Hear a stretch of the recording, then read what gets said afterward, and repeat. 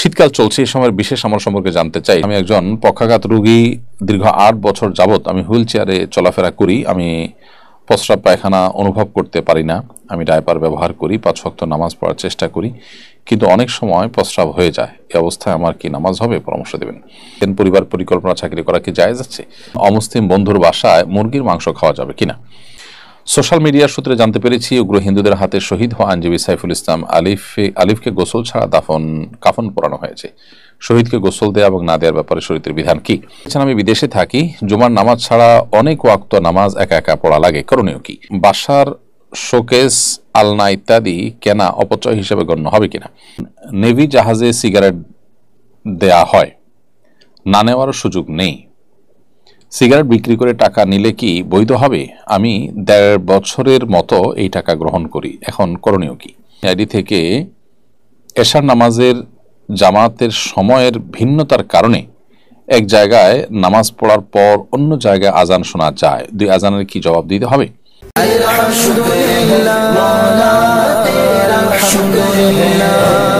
আসসালামু আলাইকুম ওয়া রাহমাতুল্লাহি ওয়া বারাকাতুহু। আলহামদুলিল্লাহ, ওয়াসসালাতু ওয়াসসালামু আলা রাসূলিল্লাহ ওয়া আলা আলিহি ওয়া আসহাবিহি ওয়া মান ওয়ালা, আম্মা বাদ। সুপ্রিয় দর্শক শ্রোতা ভাই বোন, দেশ কিংবা প্রবাস যে যেখান থেকে দেখছেন, আপনাদের সকলকে সাদর আমন্ত্রণ জানাচ্ছি। অন্যান্য দিনের মতো আজও ইনশাআল্লাহ তাআলা আপনাদের সঙ্গে থাকছি এবং আপনাদের করা জীবন জিজ্ঞাসার উত্তর কোরআন এবং হাদিসের আলোকে দেওয়ার চেষ্টা করছি। ওয়া মা তৌফিকি ইল্লা বিল্লাহ। প্রিয় দর্শক, আপনার যে কোনো জীবন জিজ্ঞাসা বাংলায় সংক্ষেপে এই পোস্টের মন্তব্যের ঘরে লিখুন। আমরা ইনশাআল্লাহ আপনার প্রশ্ন উত্তর দেওয়ার আপ্রাণ চেষ্টা অব্যাহত রাখবো। বলুন তাহলে আমরা আর দেরি না করে আপনাদের যে সমস্ত প্রশ্ন আমাদের কাছে এসে পৌঁছেছে ইতিমধ্যে আমরা সেগুলোর উত্তরের পালায় প্রবেশ করি। প্রথমে যে প্রশ্ন আমি দেখতে পাচ্ছি, মোহাম্মদ রাশিক শাহরির আপনি লিখেছেন আইডি থেকে, এশার নামাজের জামাতের সময়ের ভিন্নতার কারণে এক জায়গায় নামাজ পড়ার পর অন্য জায়গায় আজান শোনা যায়, 2 আজানের কি জবাব দিতে হবে? 2টি আজান যদি শোনা যায়, আপনি প্রথমে যেটা শুনছেন সেটার জবাব দিবেন এবং সেটার জবাব দিয়ে আপনি যদি শেষ করেন, এর মধ্যে বা শেষ করার আগেই যদি আরেকটা আজানের শুরু হয়ে যায়, তো আপনি যেটা শুরু করেছেন সেটার জবাব দিয়ে শেষ করবেন, এটাই আপনার জন্য যথেষ্ট ইনশাআল্লাহ। আপনি যদি আরও কোনো আজানের জবাব দিতে চান বা আরও কোনো আজান শুনতে পান এর পরে এবং সেগুলোরও জবাব আপনি দিতে চান, দিতে পারেন, কোনো অসুবিধা নেই। এটা হলো মৌখিক জবাব। এমডি আবু বকর সিদ্দিক আপনি লিখেছেন, নেভি জাহাজে সিগারেট দেয়া হয়, না নেওয়ারও সুযোগ নেই। সিগারেট বিক্রি করে টাকা নিলে কি বৈধ হবে? আমি 1.5 বছরের মতো এই টাকা গ্রহণ করি, এখন করণীয় কি? আমি জানি না যে নেভি জাহাজে আপনি একজন চাকরিজীবী হিসাবে, কর্মকর্তা হিসাবে আপনাকে সিগারেট দেওয়া হয় এবং সেটা আপনি নিতে বাধ্য, এরকম কোনো সিস্টেম আদৌ আছে কিনা। যদি সেটাই থাকে তাহলে সেক্ষেত্রে আপনি নিলেই যে সেটা সেবন করতে হবে আপনাকে, তা তো নয়। আপনি যদি নেন সেটা আপনি ডিস্ট্রয় করে ফেলবেন, আপনি বিক্রি করে সেটা টাকা নিতে যাবেন না। টাকা যদি আপনি বিক্রি করে নেন তাহলে সেক্ষেত্রে আপনি আরেকজনকে এই গুনাহগার বানালেন, এই গুনাহের পথযাত্রী করলেন। হ্যাঁ, কোনো অন্য ধর্মাবলম্বী যদি হয় এবং সে যদি তার মতো করে এটা কিনতে চায়, তাহলে তার জন্য যেহেতু শরীয়তের হালাল হারামের ব্যাপার নেই, সেটি জায়েজ হতে পারে। মোহাম্মদ ইলিয়াস মঠবাড়িয়া এডি থেকে আপনি লিখেছেন, বাসার শোকেস, আলনা ইত্যাদি কেনা অপচয় হিসেবে গণ্য হবে কিনা? না, শোকেস, আলনা ইত্যাদি এগুলো আজকাল নিত্য প্রয়োজনীয় দ্রব্যাদির অন্তর্ভুক্ত। এগুলো কিনতে গিয়ে যদি আপনি অহেতুক টাকা পয়সা নষ্ট করেন, একটা থাকছে আরও কয়েকটা কিনেন এবং কদিন পর পর আপনি চেঞ্জ করেন প্রয়োজন ছাড়া, একান্ত কোনো যৌক্তিক কারণ ছাড়া, এবং সেখানে আপনি অস্বাভাবিক মাত্রায় বা পর্যায়ে যদি আপনি টাকা পয়সা খরচ করেন, তাহলে সেক্ষেত্রে সেটা অপচয় হিসেবে গণ্য হতে পারে। এরপরে সজীব ইসলাম জয় আপনি লিখেছেন, আমি বিদেশে থাকি, জুমার নামাজ ছাড়া অনেক ওয়াক্ত নামাজ একা একা পড়া লাগে, করণীয় কি?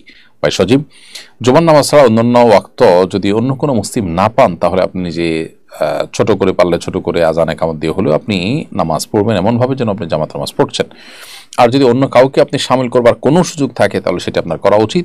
মাঝে মধ্যে হলেও, দূরে মসজিদ হলেও সেখানে গিয়ে জামাতে সামিল হওয়ার চেষ্টা আপনার করা উচিত। এর বাইরে আপনি এরকম কোনো জায়গা আছেন যেখানে আর কোনো মানুষ নেই যার সাথে জামাত করবেন, তাহলে সেক্ষেত্রে একাকে নামাজ পড়লে ইনশাআল্লাহ আপনার গুনাহ হবে না। তবে আপনার নামাজ, আপনার মৌলিক ইবাদত বন্দেগী যেন করতে পারেন সেরকম পরিবেশেই থাকাটা আপনার জন্য বাঞ্ছনীয়। সোশ্যাল মিডিয়ার সূত্রে জানতে পেরেছি উগ্র হিন্দুদের হাতে শহীদ হওয়া আইনজীবী সাইফুল ইসলাম আলিফকে গোসল ছাড়া কাফন পরানো হয়েছে। শহীদকে গোসল দেওয়া এবং না দেওয়ার ব্যাপারে শরীয়তের বিধান কি? যারা প্রকৃত অর্থে শহীদ, শহীদ দুই প্রকার, একটা হলো বিধানগতভাবে শহীদ, আর একটা হলো প্রকৃত অর্থে শহীদ। যারা প্রকৃত শহীদ বা সার্বিক বিচারের শহীদ, তারা হলেন মূলত অমুসলিম বা অন্য ধর্মাবলম্বী যারা আছে তাদের হাতে কোনো মুসলিম যদি মৃত্যুবরণ করেন মুসলিম হওয়ার কারণে, কিংবা কোনো শরিয়ার দৃষ্টিকোণ থেকে যে জেহাদ, সে জেহাদে গিয়ে যদি মৃত্যুবরণ করেন, তখন তিনি শহীদ হিসাবে বা হাকিকি বা প্রকৃত শহীদ হিসাবে তিনি মর্যাদা পান। তো এখানে আমাদের যে ভাই অর্থাৎ অ্যাডভোকেট সাইফুল ইসলাম আলিফ, তিনি যে মারা গেছেন বা তাকে যে খুন করা হয়েছে, তিনি যে খুনের শিকার হয়েছেন, তার এই সাইফুল ইসলাম আলিফ সাহেবের খুন হওয়ার ঘটনা আমরা জানি যে এখানে খুনিরা সবাই হিন্দু, উগ্রবাদী হিন্দু। তারা তাকে মুসলিম হওয়ার কারণে তাদের একজন অপরাধী উগ্রবাদী একজন হিন্দু নেতাকে জামিনে বিরোধিতা করার কারণে সরকারি উকিল হিসাবে তাকে হত্যা করেছে। এখানে বলার অপেক্ষা রাখে না যে অমুসলিম, অন্য ধর্মাবলম্বী এবং মুসলিম বিদ্বেষীদের পক্ষ থেকে একজন মুসলমানকে হত্যা করা হয়েছে। অতএব এই মৃত্যুটা হাকিকি শাহাদাতের মৃত্যু। আর হাকিকি শাহাদাত বা প্রকৃত অর্থের শহীদ কেউ হলে তার বিধান হলো যে তিনি গোসল ছাড়া দাফন কাফন তাকে দিতে হবে, এবং সেটাই তার ক্ষেত্রে করা হয়েছে। আমরা দোয়া করি আল্লাহ তাআলা তার শাহাদাতকে কবুল করুন এবং তাকে শহীদ হিসেবে আল্লাহ সুবহানাহু ওয়া তাআলা মাকবুলিয়ত দান করুন। এরপরে আলেক্স হোসেন আপনি লিখেছেন, অমুসলিম বন্ধুর বাসায় মুরগির মাংস খাওয়া যাবে কিনা?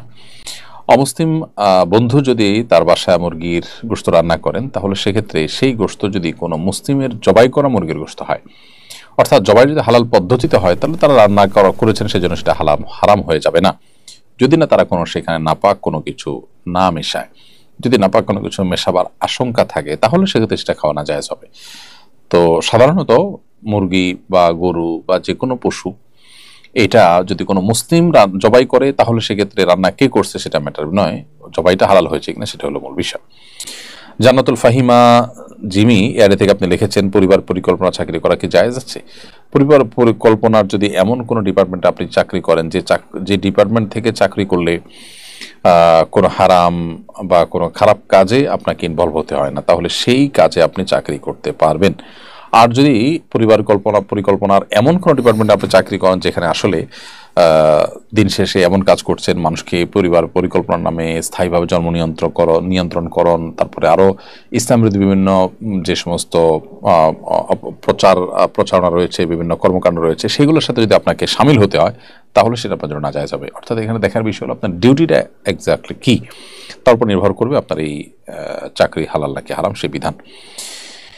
এরপরে হাশেম রেজা আপনি আমাদের ইউটিউব চ্যানেলে প্রশ্ন করেছেন, আমি একজন পক্ষাঘাত রোগী, দীর্ঘ 8 বছর যাবৎ আমি হুইল চেয়ারে চলাফেরা করি, আমি প্রস্রাব পায়খানা অনুভব করতে পারি না, আমি ডায়পার ব্যবহার করি, 5 ওয়াক্ত নামাজ পড়ার চেষ্টা করি, কিন্তু অনেক সময় প্রস্রাব হয়ে যায়। এই অবস্থায় আমার কি নামাজ হবে? পরামর্শ দেবেন। ভাই হাশেম রেজা, আল্লাহ তাআলার কাছে আমরা দোয়া করি আপনার কাছে, আল্লাহ তাআলা আপনাকে পরিপূর্ণ শেফা দান করুন, শেফায়ে কামেলা আজেলা দান করুন। এবং এইরকম পরিস্থিতিতে আপনি যেহেতু প্রতি ওয়াক্তের জন্য 5টা ডায়পার চেঞ্জ করা আপনার দ্বারা সম্ভব নয়, এবং কখন পেশাব পায়খানা হয়েছে আপনি নিজেও জানেন না, অতএব যতক্ষণ আপনি এটা পড়া অবস্থাতে থাকবেন, প্রত্যেক ওয়াক্ত নামাজের জন্য আপনি ওযু করে নিয়ে নামাজ পড়বেন। আর যদি প্রতি ওয়াক্তে আপনি ডায়পার চেঞ্জ করতে পারেন, তাহলে ডায়পার চেঞ্জ করে নতুন ডায়পার পরে আপনি প্রত্যেক ওয়াক্তে ওযু করে নামাজ পড়বেন। যেহেতু আপনি আঁচ করতে পারেন না কখন পেশাব বের হয় না হয়, অতএব এরকম পরিস্থিতিতে আপনার জন্য এটি জায়েজ হবে যে আপনি প্রত্যেক ওয়াক্তের জন্য ওযু করে ওই ওয়াক্তের মধ্যে যত নামাজ খুশি আপনি ওই ওযুতে পড়তে পারেন। এর মধ্যে পেশাব বা পায়খানা যদি বেরো হয়, আপনি যেহেতু জানছেন না এবং সেটা নিয়ন্ত্রণ করার সুযোগ যেহেতু নাই, অতএব ইনশাআল্লাহ এই অবস্থা আপনার নামাজ পড়া জায়েজ হবে। প্রত্যেক ওয়াক্তের জন্য ওযু করলে ওই পুরো ওয়াক্তই ওই ওযু দিয়ে আপনি নামাজ পড়তে পারবেন, ওযু ভঙ্গের অন্য কোনো কারণ যদি না পাওয়া যায়। শীতকাল চলছে, এই সময়ের বিশেষ আমল সম্পর্কে জানতে চাই। শীতের বিশেষ আমল হলো রাত জেগে তাহাজ্জুদ পড়া, কারণ রাত অনেক বড়, আগে শুয়ে গেলে এটা সম্ভব, আর দিনে রোজা রাখা।